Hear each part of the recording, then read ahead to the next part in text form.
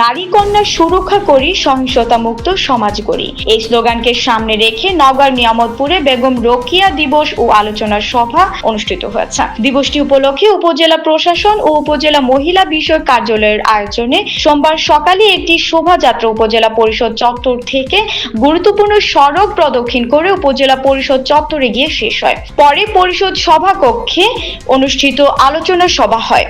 উপজেলা নির্বাহী কর্মকর্তা মোহাম্মদ মেহেদী হাসানের সভাপতিত্বে আলোচনা সভায় আরো উপস্থিত ছিলেন উপজেলা সহকারী কমিশনার রেজাউল করিম, থানার তদন্ত কর্মকর্তা বাবুল চন্দ্র, উপজেলা প্রাণী সম্পদ কর্মকর্তা ডাক্তার আব্দুল লতিফ, নওগাঁ পল্লী বিদ্যুৎ সমিতির জোনাল ম্যানেজার মুসা দেকুর রহমান, উপজেলা মহিলা বিষয়ক কর্মকর্তা আমিনা খাতুন প্রমুখ।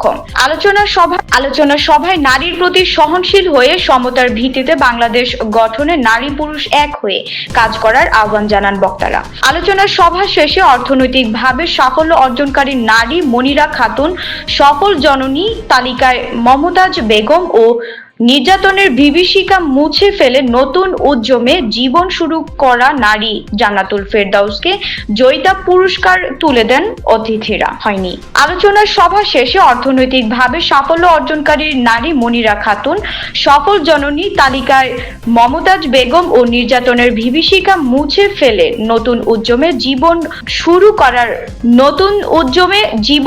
করা নারী জান্নাতুল ফেরদাউসকে জয়িতা পুরস্কার তুলে দেন অতিথিরা।